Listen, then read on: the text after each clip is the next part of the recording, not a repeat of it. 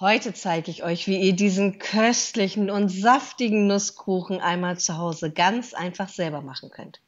Als erstes male ich mal die Nüsse. Ich habe hier einfach so gemischte Nüsse genommen.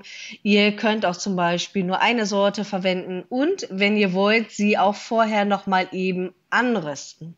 Das habe ich heute ausnahmsweise nicht gemacht, sondern sie direkt reingegeben. Aber das Rösten, da habt ihr noch mal so ein besonderes Aroma. Kann ich euch sonst wirklich sehr empfehlen. Das Ganze mixe ich jetzt hier mal eben durch und das genaue Rezept findet ihr wie immer unten in der Beschreibung, kommt aber auch noch mal zum Schluss. Ebenso das Equipment, was ich nutze, wie dieses Glas hier. Guckt mal, da ist eine Portion Hermann drin. Wie ihr Hermann, den süßen Sauerteig herstellt, verrate ich euch oben rechts unter dem i. Den braucht ihr auf jeden Fall, genauso wie hier das Mehl. Ich habe Dinkelmehl verwendet. Dann nehme ich hier ein bisschen Zucker. Ihr könnt es aber auch gegen 405er Weizenmehl oder 550er Weizenmehl austauschen.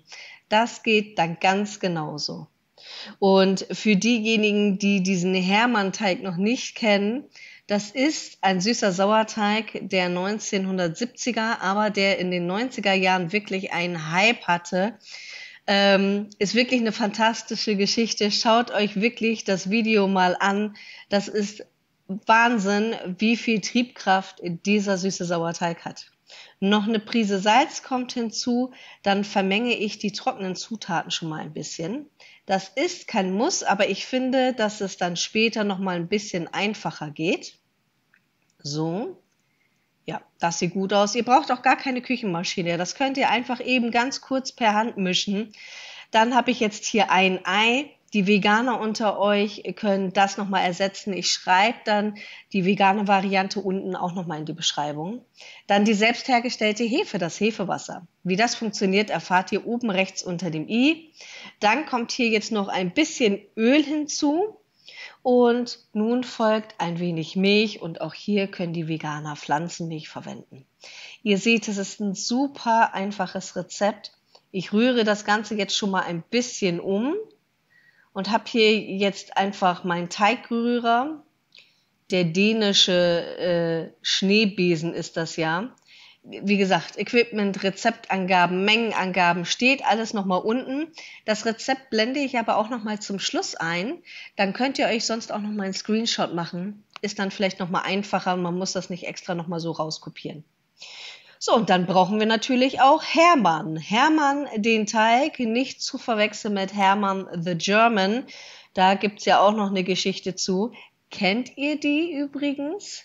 Hermann the German, das ist ein Junge, ein Aussiedler mit seinen Eltern, der dann verschleppt wurde. Schreibt es mir gerne mal in die Kommentare. Das fand ich ganz interessant, weil ich hätte jetzt einfach gedacht, hier, dieser Teig, das ist so ein bisschen Hermann the German. Aber das ist halt einfach, ja, länger schon her. Also die jüngeren Zuschauer können damit vielleicht nicht ganz so viel anfangen. Aber ich habe ja glücklicherweise eine Klientel hier, die sich mit Geschichte auskennt. Schreibt es mir aber sonst gerne nochmal in die Kommentare, falls ihr da Näheres wissen zu wollt. So, ich habe das Ganze jetzt umgerührt und fülle das in ein Glasgefäß um. Einfach deswegen, weil ich da besser sehen kann, wie sich der Teig entwickelt und wie die Bläschen sich auch entwickeln. Denn das geht tatsächlich sehr schnell. Aufgrund des süßen Sauerteiges, den wir hinzugefügt haben, kann der Kuchen tatsächlich innerhalb von 3 bis 4 Stunden schon so weit sein, dass ihr ihn backen könnt. Also wie bei einem normalen Sauerteig auch, geht das ganz flott. Und da müsst ihr ein bisschen aufpassen, dass der dann nicht aus der Form springt. Guckt mal, er hat sich jetzt nur ein bisschen nach oben bewegt, aber ich hoffe, ihr könnt es erkennen, neben den Nüssen, da haben sich viele Bläschen gebildet. Und das heißt, wir können unseren leckeren Kuchen schon direkt backen. Ich habe das hier nochmal von oben gefilmt. Vielleicht kann man es dann besser erkennen. Da sind ganz viele kleine Luftbläschen. Jetzt erkennt man es vielleicht so ein bisschen besser. Und man kann es hier halt auch an der Seite nochmal ein bisschen schöner sehen. Daher die Glasgefäße bei Sauerteig. Das kann ich euch wirklich wärmstens empfehlen. So, dann habe ich jetzt eine runde Springform hier. Das könnte auch noch in die Kastenform passen. Ich habe jetzt hier so eine kleinere Springform, das ist jetzt keine 26er. Ich habe es euch auch noch mal unten verlinkt und reingeschrieben, damit ihr genau wisst, wie groß das ist. Und gebe, nachdem ich die Form eingefettet habe, eben direkt den Teig rein. Ihr könnt schon mal den Backofen vorheizen. Da braucht ihr keine weitere Gehzeit wie vielleicht bei einem Brot oder bei Brötchen. Das kann dann direkt in den Backofen hinein. So, wir wollen ja alles davon haben. Und ich muss tatsächlich sagen, ich habe ja seit meiner Kindheit nicht mehr mit Hermann den Teig gebacken und war so überrascht, wie einfach und lecker vor allem dieser Kuchen ist. So, und nach 45 Minuten teste ich vorsichtshalber. Er sieht gut aus, aber es kann ja sein, dass die Kerntemperatur noch nicht ganz stimmt. Aber das sieht richtig gut aus. Also auf Anhieb geklappt. Also wenn das bei mir funktioniert, dann klappt das bei euch auch. In jedem Fall testet das aus. Und wenn ihr übrigens weitere Wünsche habt für diesen leckeren Kuchen und auch mit dem Hermann, dass ich da euch noch ein bisschen mehr zeige, dann schreibt es mir bitte gerne in die Kommentare. Die nächsten Kuchenprojekte sind auf jeden Fall schon mal geplant. So sieht das Ganze aus. Sehr schön, schön gleichmäßig braun. Und dann kümmern wir uns mal um das Topping. Ich habe jetzt hier 200 Gramm Zartbitterschokolade in heißes Wasser gegeben. Das sieht jetzt noch nicht so aus, als wäre das geschmolzen, aber der Schein trügt.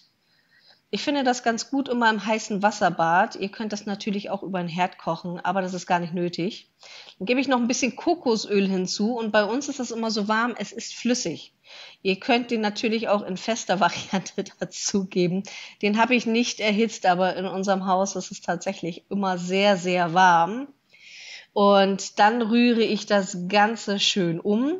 Ein bisschen stückig ist das Ganze noch. Das heißt, ich werde noch mal ein bisschen Wasser aufkochen und das Ganze noch mal ein bisschen ziehen lassen. Und das finde ich tatsächlich viel einfacher und unkomplizierter, als wenn ich das im Wasserbad mache.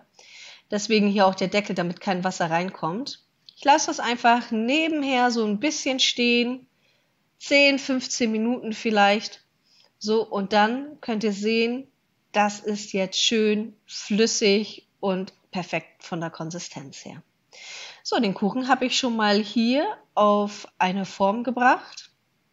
Und dann gieße ich jetzt die Schokolade darüber.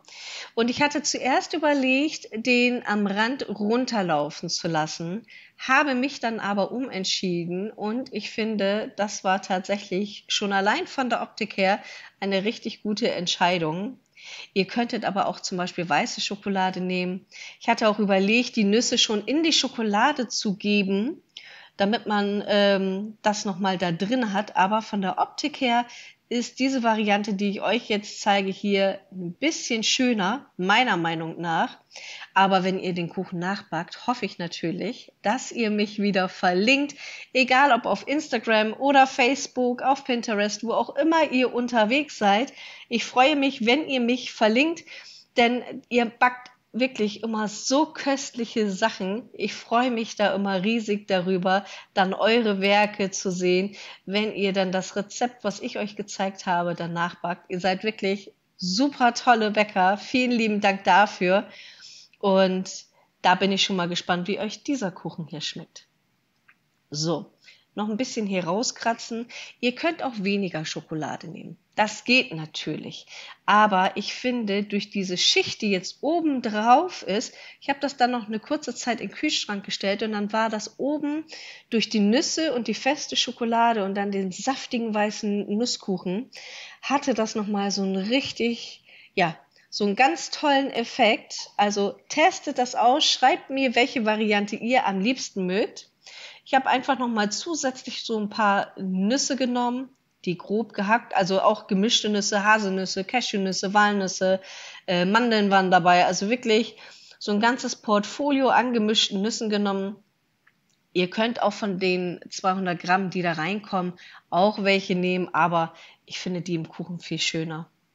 So, und dann schneide ich das Ganze jetzt mal an. So. Ich nehme aber ganz gerne so ein Käsebrett ist das eigentlich. Das ist eigentlich gar nicht für Kuchen gemacht. Das ist einfach für Käse eigentlich. Ja, ich mag das ganz gerne, weil man dann den Kuchen so schön drehen kann, wenn man dann am Tisch sitzt und Gäste hat. Und guckt euch das an. Euch wünsche ich viel Spaß beim Nachbacken. Hier sind weitere köstliche Rezepte für euch. Ich bin bald wieder zurück. Liebe Grüße, eure Emma.